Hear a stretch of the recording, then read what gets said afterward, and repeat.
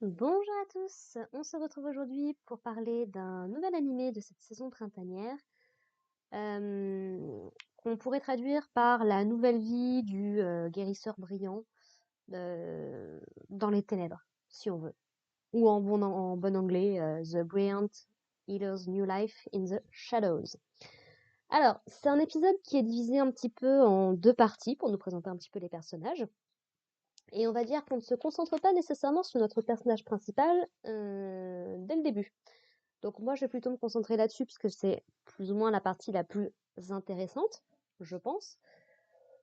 Donc on suit un guérisseur qui s'appelle Xenos et qui fait des petites consultations de guérisseurs sans licence. Donc on nous explique au début de l'épisode que donc, des guérisseurs, il y en a un petit peu partout, c'est des personnages assez importants qui sont capables de soigner, qui vont dans une espèce d'académie pour apprendre toutes les bases de leur magie et qui après donc obtiennent leur diplôme et vont continuer leur savoir ailleurs. Sauf que Xenos, visiblement, n'a pas de licence. On ne sait pas exactement pourquoi, donc il se considère un petit peu comme un guérisseur de l'ombre, grosso modo. Et donc, il fait ses petites consultations hors ville, et il va tomber sur une jeune fille qui est visiblement assez malade ou qui a mal quelque part, on ne sait pas trop au début. Et en gros, donc c'est une jeune fille qu'on va découvrir s'appeler Till, je crois que c'est ça, Till, et qui est une espèce de demi-bête lapine. Donc elle a les oreilles de lapin, elle a le museau caractéristique aussi des lapins. Et on découvre, et elle a la queue également. Pour le coup, c'est une longue queue. Ça fait pas du tout très lapin, pour ce que j'en sais en tout cas. Et donc du coup, donc cette jeune fille, Till, est une esclave dont son maître se sert pour piller des tombes, globalement. Alors, c'est pas très clair si ce qui lui est arrivé était volontaire ou non, mais visiblement, donc, elle va être possédée par une espèce de spectre, donc un espèce de fantôme, et elle va attaquer du coup son maître qui voulait qu'elle trouve des trésors dans les tombes. Et le truc, c'est qu'on ne sait pas si il voulait juste qu'elle trouve des trésors dans les tombes ou si c'était prévu qu'elle absorbe le spectre. De ce que je déduis de cet épisode, c'était pas le cas. Ça, c'est vraiment arrivé par hasard et c'est pour ça que son maître, en fait, quand il s'est fait attaquer, n'a pas vraiment trop su comment réagir ni quoi faire parce que il s'attendait pas à ça. En fait, il a pas compris pourquoi est-ce que d'un coup, elle s'est retournée contre lui.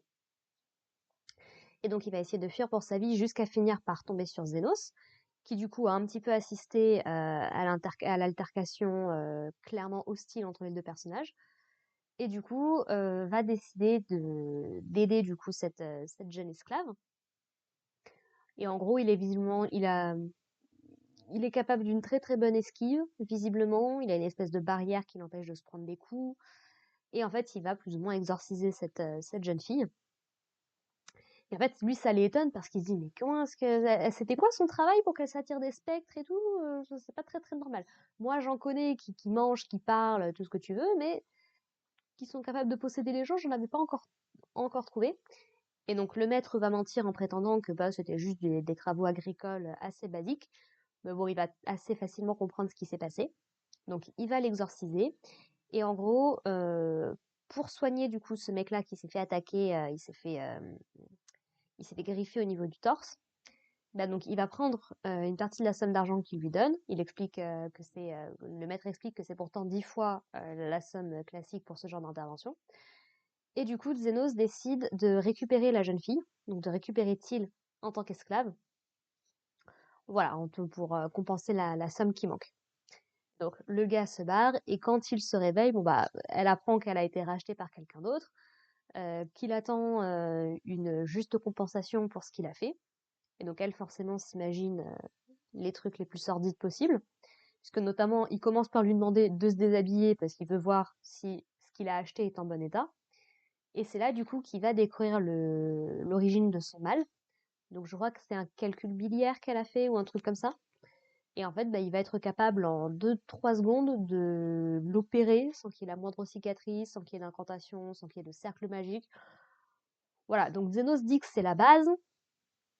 On sait pas clair en fait s'il est juste d'un niveau supérieur au guérisseur habituel, parce qu'elle a déjà été voir un guérisseur pour ça, mais comme elle avait pas d'argent, il refusait de la prendre?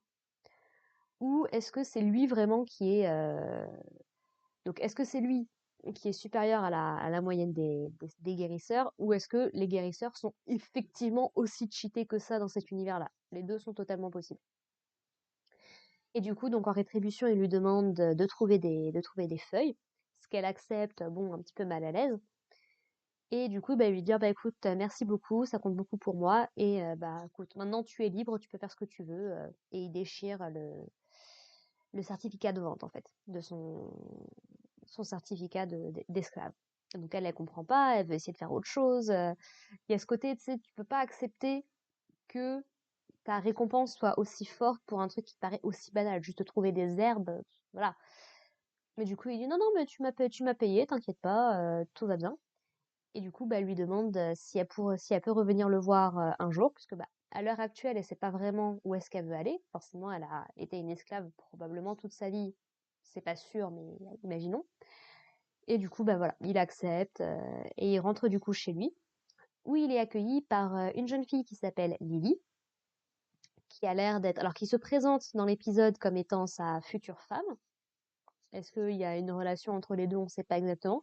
Mais clairement, ils sont assez mignons l'un avec l'autre, puisque les feuilles que Xenos a récupérées dans cet épisode-là, ce sont des herbes aromatiques dont se sert Lily lorsqu'elle prépare des plats pour Xenos. Voilà, et donc elle remarque tout à fait qu'il lui a trouvé ça, et puis voilà, on sent la compréhension entre les deux, donc voilà. Je sais pas s'il y a une relation de romance qui va se créer entre eux, mais franchement, ils sont adorables, j'aime beaucoup. Puisque donc tout le reste de l'épisode s'est concentré sur une partie beaucoup plus slice of life et comique. C'est pour ça que j'ai un petit peu du mal à comprendre pourquoi est-ce que l'épisode a commencé là-dessus. Je suis pas sûre que ce soit forcément la bonne façon d'attirer des gens. En tout cas, avec le peu qu'on voit dès le début, je peux comprendre que des gens se disent oh ça va être nul et qui passent, alors qu'il y a peut-être potentiellement quelque chose de plus intéressant derrière.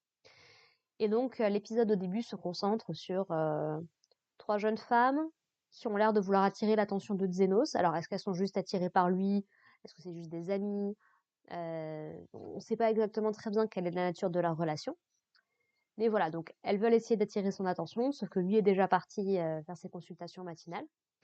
Et du coup, donc Lily, qui avait fini de faire à manger, leur dit de surveiller la marmite pendant que elle va s'occuper du linge. Et en fait, elles en profitent pour bouffer toute la marmite.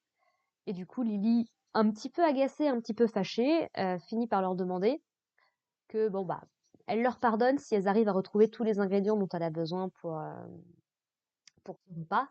Et notamment, elle mentionne que bah elle n'a plus d'herbe aromatique, son ingrédient secret pour ses plats. Et donc c'est ça qu'était partie chercher Xenos sans même qu'elle le sache. Donc c'était mignon. Et on découvre également un autre personnage qui a l'air d'être un espèce de fantôme, visiblement. Probablement le spectre dont parlait Xenos, comme quoi il connaissait déjà ce truc-là. Et voilà, qui a l'air d'être un personnage, me faut plutôt sympathique, qui glande un petit peu à ses occupations dans la journée, et qui est particulièrement dégoûté de voir que les autres ont mangé le plat qu'elle voulait manger, quoi. Donc voilà, on nous présente un cast de personnages assez variés, assez intéressants. Donc j'ai hâte de voir ce que la série va pouvoir en faire. Donc franchement, un premier épisode très sympathique. Moi, le slice of life me dérange pas plus que ça. Et puis bah, pour le coup, hâte d'en savoir plus la semaine prochaine. Voilà, voilà. Si jamais vous avez regardé cet épisode, que vous connaissez la série, n'hésitez pas à me faire part de tout ça dans les commentaires. Bien évidemment, sans spoiler, puisque je ne suis pas familier du tout avec la série. Et puis bah voilà, sinon n'hésitez pas à regarder un petit peu sur la chaîne. Il y a pas mal de trucs là qui vont sortir pour la période printanière. Donc n'hésitez pas. Et puis bah je vous propose qu'on se retrouve la semaine prochaine pour parler de l'épisode 2. Allez, portez-vous bien les gens. Bye.